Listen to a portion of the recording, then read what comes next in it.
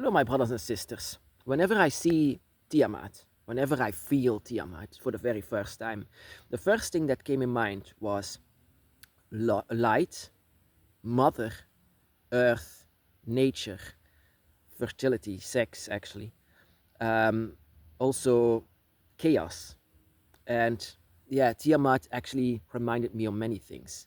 But the first thing that I did, that I wanted to do once I actually was connected to Tiamat, was to give her one big hug. I was so excited to see her. I mean, like, she's like, yeah, I cannot describe it. She comes before us like in the different ways. Leviathan, once he came before me for the very first time, I questioned my faith in dragons. I also felt a lot of darkness, lost spirits, screams, also protection.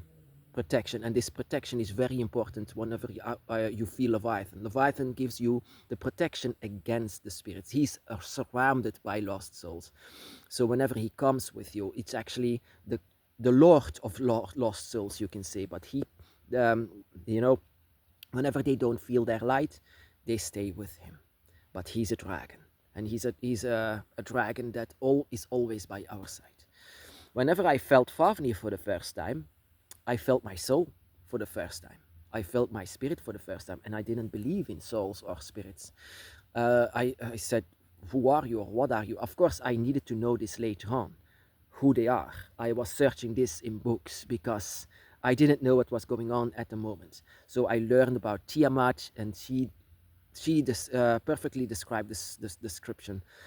And also Leviathan, but Leviathan, oh, Christians really demonize him, but he's actually protector of dragons, protector of dragon spirits, protector of you, my brothers and sisters. And Fafnir is more like the spirit that we have. Of course, whenever you can say Fafnir is actually born as a human being, later on became the dragon. He was born like you and me, like a mortal. And that is also what you feel whenever Fafnir is close with you. Both Leviathan and Fafnir feel very much like a father. Like Tiamat is much more feeling like a mother. I don't know really why. They both feel like a father. The father of dragons, and she's much more like the mother of dragons. But he connects with your soul, and that is what I feel. He felt like eternity, fire, also, yeah, fire, father.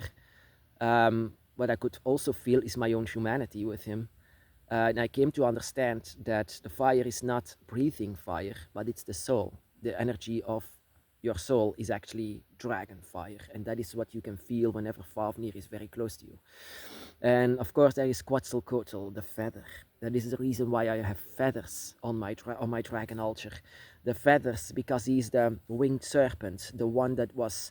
And all four of them participate in the most intense ritual that I've ever did, and I didn't even realize it. That is what I want to say. I had voices from four sides. You can say the pentagram was present. Voices from four sides, and in front of me, my own dragon. Can you imagine that, my brothers and sisters?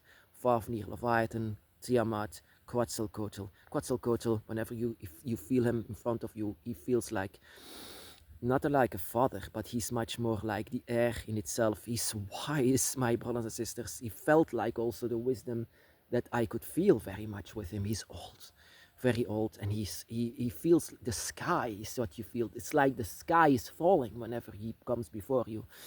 But this ritual that I did, I was led into this ritual.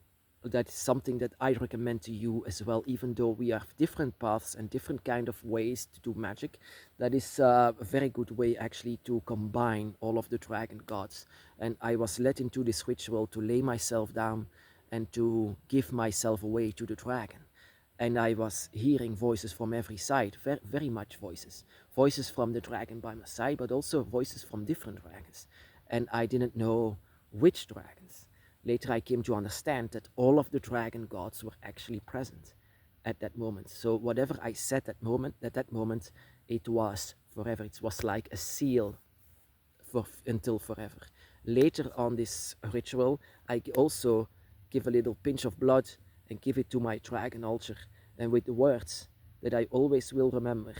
that I give everything that I own to them. My soul, my spirit, everything that is mine is yours. I give everything away. It's a ritual of trust. Do you trust your dragons? I trust them. And that is also the reason why I actually summoned them.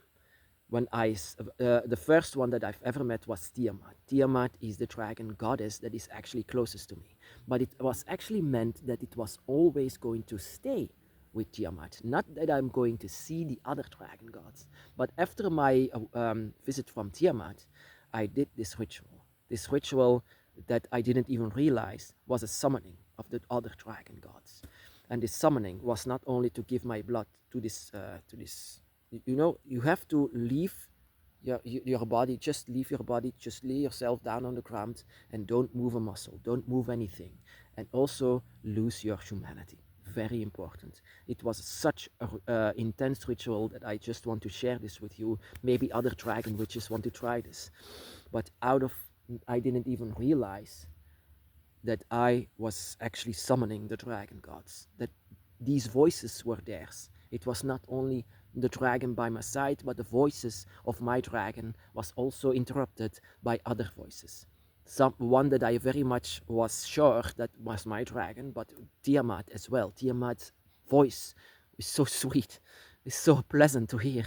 It's like music, but the other dragon gods, that is why I say Leviathan feels like this, Quetzalcoatl feels like this, and Fafnir feels like this. They were all present at that moment that I was actually giving myself away. And the one that was actually much more like leading it was Quetzalcoatl.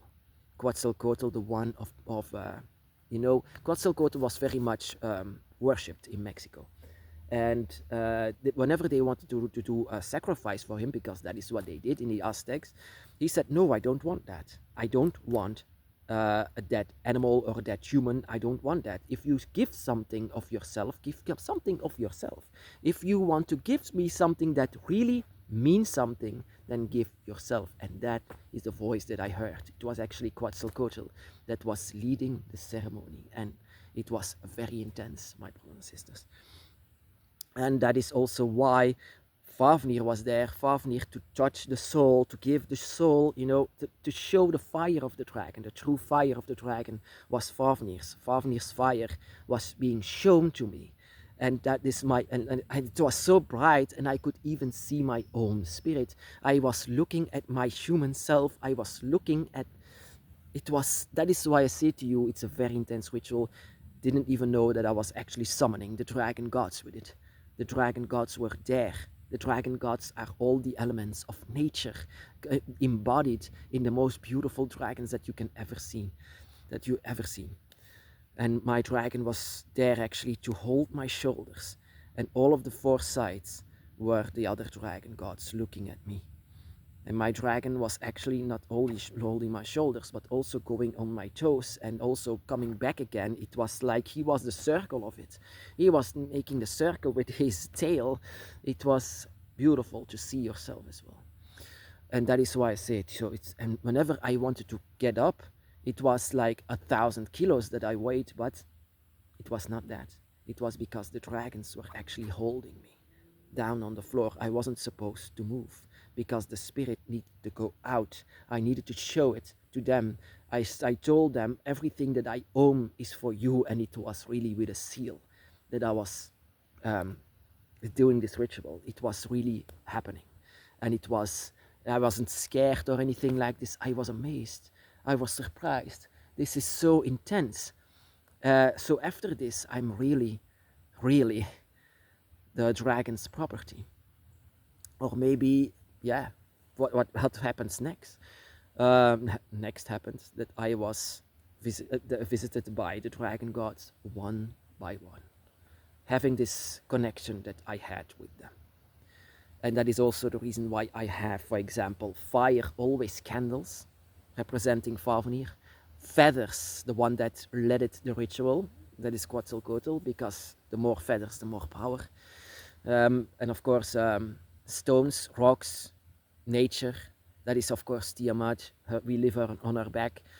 And of course water of Leviathan, water of the veins of Tiamat as well, water always by blessing my altar with water.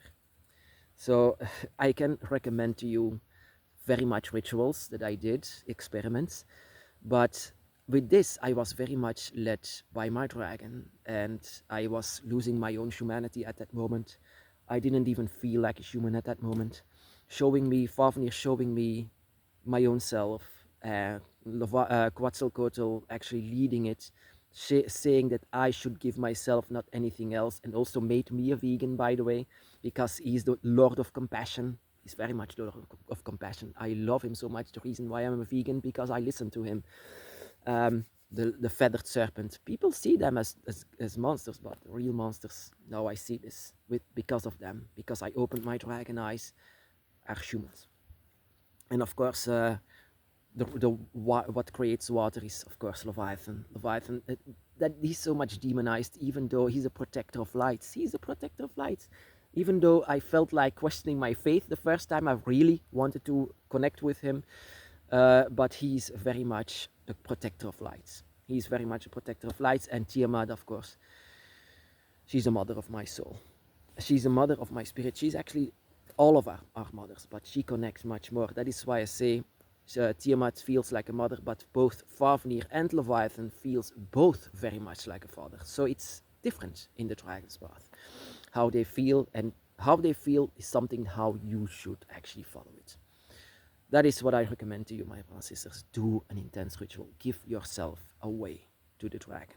Don't be afraid of it. Give yourself away in your way, and let your dragon actually be there to help you with this. It's a way to summon up the gods. It's a way to summon up the dragon gods. If you really are 100% sure about this path, if you really trust your dragon, then I recommend to you the sacrifice that you can make to them. That is what I call this ritual, the sacrifice of your own self. The sacrifice that you have to take 100% serious. Don't look in books, do it in your own way. That is exactly how your dragon is expecting it.